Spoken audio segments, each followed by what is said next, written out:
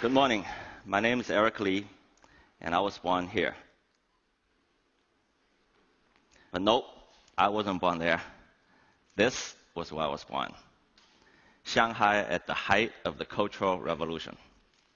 My grandmother tells me that she heard the sound of gunfire along with my first cries. When I was growing up, I was told a story that explained all I ever needed to know about humanity. It went like this.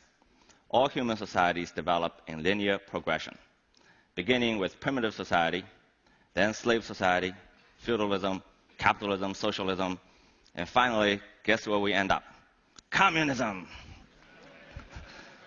Sooner or later, all of humanity, regardless of culture, language, nationality, will arrive at this final stage of political and social development.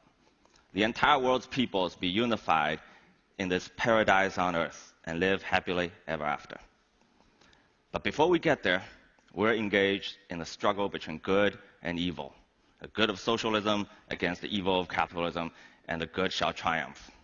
That, of course, was the meta-narrative distilled from the theories of Karl Marx, and the Chinese bought it. We were taught that grand story day in and day out. It became part of us, and we believed in it. The story was a bestseller. About 1/3 of the entire world's population lived under that meta-narrative. Then the world changed overnight. As for me, disillusioned by the failed religion of my youth, I went to America and became a Berkeley hippie. Now, as I was coming of age, something else happened. As if one big story wasn't enough, I was told another one. This one was just as grand. It also claims that all human societies develop in linear progression towards a singular end. This one went as follows. All societies, regardless of culture, be it Christian, Muslim, Confucian, must progress from traditional societies in which groups are the basic units to modern societies in which atomized individuals are the sovereign units. And all these individuals are by definition rational. And they all want one thing, the vote. Because they're all rational, once given the vote, they produce good government and live happily ever after. Paradise on earth again. Sooner or later, electoral democracy will be the only political system for all countries and all peoples, with a free market to make them all rich. But before we get there, we're engaged in a struggle between good and evil.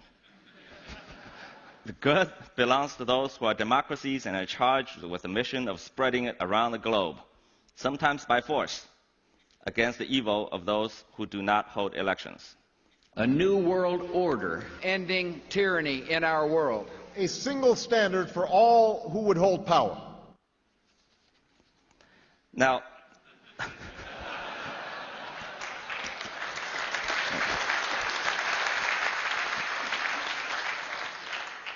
this story also became a bestseller. According to the Freedom House, the number of democracies went from 45 in 1970 to 115 in 2010. In the last 20 years, Western elites tirelessly trotted around the globe selling this prospectus. Multiple parties fight for political power and everyone voting on them as the only path to salvation to the long-suffering developing world. Those who buy the prospectus are destined for success. Those who do not are doomed to fail. But this time, the Chinese didn't buy it. Fool me once. And the rest is history. In just 30 years, China went from one of the poorest agricultural countries in the world to its second largest economy. 650 million people were lifted out of poverty. 80% of the entire world's poverty alleviation during that period happened in China. In other words, all the new and old democracies put together amounted to a mere fraction of what a single one-party state did without voting. See, I grew up on this stuff. Food stamps. Meat was rationed to a few hundred grams per person per month at one point. Needless to say, I ate all my grandmother's portions. So I asked myself, what's wrong with this picture? Here I am in my hometown, my business growing leaps and bounds, entrepreneurs are starting companies every day, Middle class is expanding in speed and scale unprecedented in human history. Yet, according to the grand story, none of this should be happening. So I went and did the only thing I could. I studied it. Yes, China is a one-party state run by the Chinese Communist Party, the party, and they don't hold elections. 3 assumptions are made by the dominant political theories of our time. Such a system is operationally rigid, politically closed, and morally illegitimate. Well, the assumptions are wrong. The opposites are true. Adaptability, meritocracy, and legitimacy are the 3 defining characteristics of China's one-party system. And most political scientists will tell us that a one-party system is inherently incapable of self-correction. It won't last long because it cannot adapt. Well, here are the facts. In 64 years of running the largest countries in the world, the range of the party's policies has been wider than any other country in recent memory. From radical land collectivization to the Great Leap Forward, then privatization of farmland, then the Cultural Revolution, then Deng Xiaoping's market reform. Deng's successor Jiang Zemin took the giant political step of opening up party membership to private business people, something unimaginable during Mao's rule. So the party self-corrects in rather dramatic fashions. Institutionally, new rules get enacted to correct previous dysfunctions. For example, term limits. Political leaders used to retain their positions for life, and they used that to accumulate power and perpetuate their rules. Mao was the father of modern China, yet his prolonged rule led to disastrous mistakes. So the party instituted term limits with mandatory retirement age of 68 to 70. One thing we often hear is political reforms have lagged far behind economic reforms, and China is in dire need of political reform. But this claim is a rhetorical trap hidden behind a political bias. See, some have decided a priori what kinds of changes they want to see, and only such changes can be called political reform. The truth is, political reforms have never stopped. Compared with 30 years ago, 20 years ago, even 10 years ago, every aspect of Chinese society, how the country is governed from the most local level to the highest center, are unrecognizable today. Now, such changes are simply not possible without political reforms of the most fundamental kind. Now, I would venture to suggest the party is the world's leading expert in political reform. The second assumption is that in a one-party state, power gets concentrated in the hands of the few, and bad governance and corruption follow. Indeed, corruption is a big problem, but let's first look at the larger context. Now, this may be counterintuitive to you. The party happens to be one of the most meritocratic political institutions in the world today. China's highest ruling body, the Politburo, has 25 members. In the most recent one, only 5 of them came from background of privilege, so-called princelings. The other 20, including the president and the premier, came from entirely ordinary backgrounds. In the larger central committee of 300 or more, the percentage of those who were born into power and wealth was even smaller. The vast majority of senior Chinese leaders worked and competed their way to the top. Compare that with the ruling elites in both developed and developing countries, I think you'll find the party being near the top in upward mobility. The question then is, how could that be possible in a system run by one party? Now we come to a powerful political institution, little known to Westerners, the party's organization department. The department functions like a giant human resource engine that will be the envy of even some of the most successful corporations. It operates a rotating pyramid made up of 3 components: civil service, state-owned enterprises, and social organizations like a university or a community program. They form separate yet integrated career paths for Chinese officials. They recruit college grads into entry-level positions in all 3 tracks, and they start from the bottom, called Keyuan. Then they could get promoted through 4 increasingly elite ranks: Fu Ke, Ke, Fu Chu, and Chu. Now, these are not moves from karate kids. Okay, it's serious business. The range of positions is wide, from running healthcare in a village to foreign investment in a city district to manager in a company. Once a year, the department reviews their performance. They interview their superiors, their peers, their subordinates. They vet their personal conducts. They conduct public opinion surveys, then they promote the winners. Throughout their careers, these cadres can move through and out of all three tracks. Over time, the good ones move beyond the 4 base levels to the Fuju and Ju levels. There, they enter high officialdom. By that point, a typical assignment will be to manage a district with population in the millions or a company with hundreds of millions of dollars in revenue. Just to show you how competitive the system is, in 2012, there were 900,000 Fu Ke and Ke levels, 600,000 Fu Chu and Chu levels, and only 40,000 Fu Ju and Ju levels. After the Ju levels, the best few move further up several more ranks and eventually make it to the Central Committee. The process takes 2 to 3 decades. Does patronage play a role? Yes, of course. But merit remains the fundamental driver. In essence, the organization department runs a modernized version of China's centuries-old mentoring system. China's new president, Xi Jinping, is son of a former leader, which is very unusual, first of his kind to make the top job. Even for him, the career took 30 years. He started as a village manager, and by the time he entered the Politburo, he had managed areas with total population of 150 million people and combined GDPs of 1.5 trillion US dollars. Now, please don't get me wrong, okay? This is not a put down of anyone, it's just a statement of fact. George W. Bush, remember him? This is not a put down. Before becoming governor of Texas, or Barack Obama, before running for president, could not make even a small county manager in China's system. Winston Churchill once said that democracy is a terrible system except for all the rest. Well, apparently he hadn't heard of the organization department. Westerners always assume that multi-party election with universal suffrage is the only source of political legitimacy. I was asked once, the party wasn't voted in by election. Where is the source of legitimacy? I said, how about competency? We all know the facts. In 1949, when the party took power, China was mired in civil wars, dismembered by foreign aggression. Average life expectancy at that time, 41 years old. Today, it's the second largest economy in the world, an industrial powerhouse, and its people live in increasing prosperity. Pew Research polls Chinese public attitudes, and here are the numbers in recent years. Satisfaction with the direction of the country, 85%. Those who think they're better off than 5 years ago, 70%. Those who expect the future to be better, a whopping 82%. Financial Times polls global youth attitudes, and these numbers, brand new, just came from last week. 93% of China's Generation Y are optimistic about their country's future. Now, if this is not legitimacy, I'm not sure what is.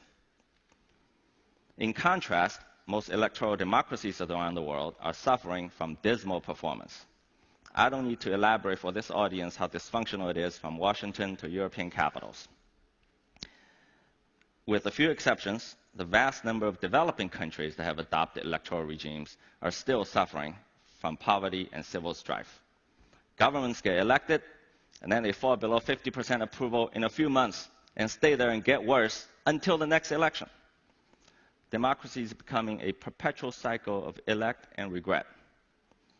At this rate, I'm afraid it is democracy, not China's one-party system, that is in danger of losing legitimacy. Now, I don't want to create the misimpression that China is hunky-dory on way to some kind of superpowerdom. The country faces enormous challenges. Social and economic problems that come with wrenching change like this are mind-boggling.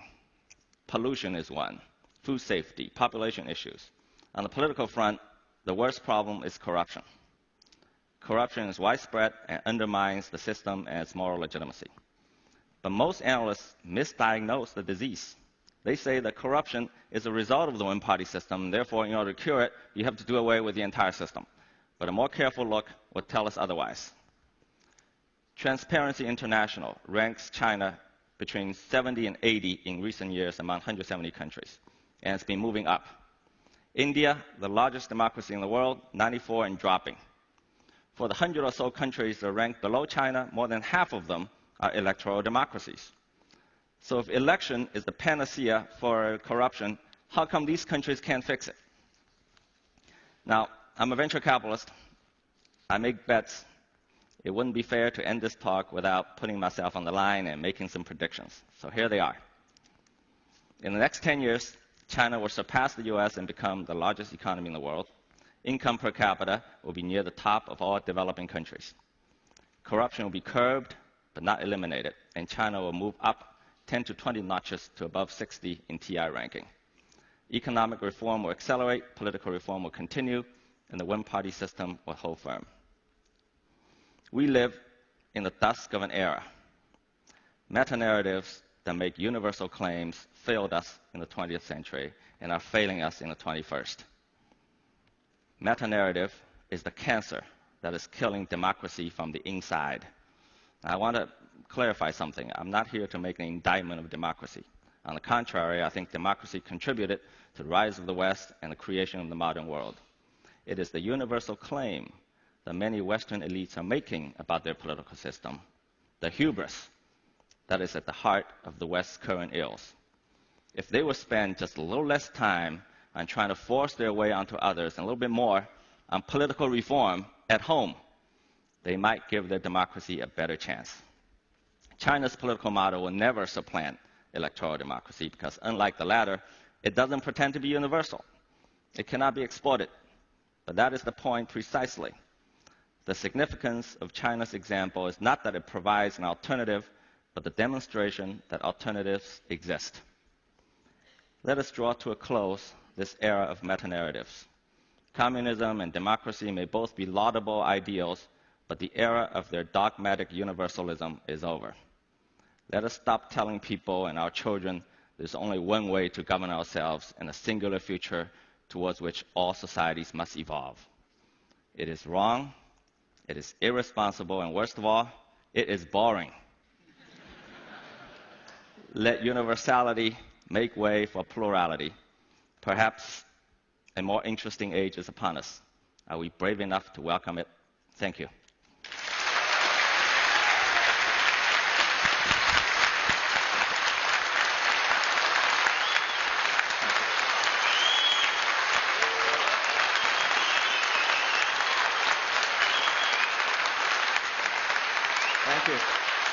Thank you. Thanks. Eric, stay with me for a couple of minutes because I want to ask you a couple of questions. Okay. I think many here and in general in Western countries would agree with your statement about analysis of democratic systems becoming dysfunctional, but at the same time, many would kind of find unsettling the thought that there is an unelected authority that without any form of oversight or consultation decides what the national interest is. What is the mechanism in the Chinese model that allows people to say, actually, the national interest as you defined it is wrong? You know, Frank Fukuyama, the political scientist, called the Chinese system responsive authoritarianism. It's not exactly right, but I think it comes close. So I know this, the largest public opinion survey company in China. Okay. Do you know who their biggest client is? The Chinese government. Not just from the central government, the city government, provincial government, to the most local neighborhood districts. They conduct surveys all the time. Are you happy with the garbage collection? Are you happy with the general direction of the country? So there is, in China, there's a different kind of mechanism to be responsive to the demands and the thinking of the people. My point is, I think we should get unstuck from the thinking that there's only one political system, election, that could make it responsive. I'm not sure, actually, elections produce responsive government anymore in the world. One of the features, many seem to agree, one of the features of a democratic system is a space for civil society to express itself. And you have shown figures about the support that the government and the authorities have in China, but then you just mentioned other elements like big challenges, and there are of course a lot of other data that go in a different direction. Tens of thousands of unrest and protests and environmental protests, etc. So you seem to suggest that the Chinese model doesn't have a space outside of the party for civil society to express itself. There's a vibrant civil society in China, whether it's the environment or what have you, but it's different. You wouldn't recognize it. because by Western definition, a so-called civil society has to be separate or even in opposition to the political system. But that concept is alien for Chinese culture. For thousands of years, you have civil society, yet they are consistent and coherent and part of a political order. And I think it's a big cultural difference. Eric, thank you for sharing Thank this you. with that. Thank you.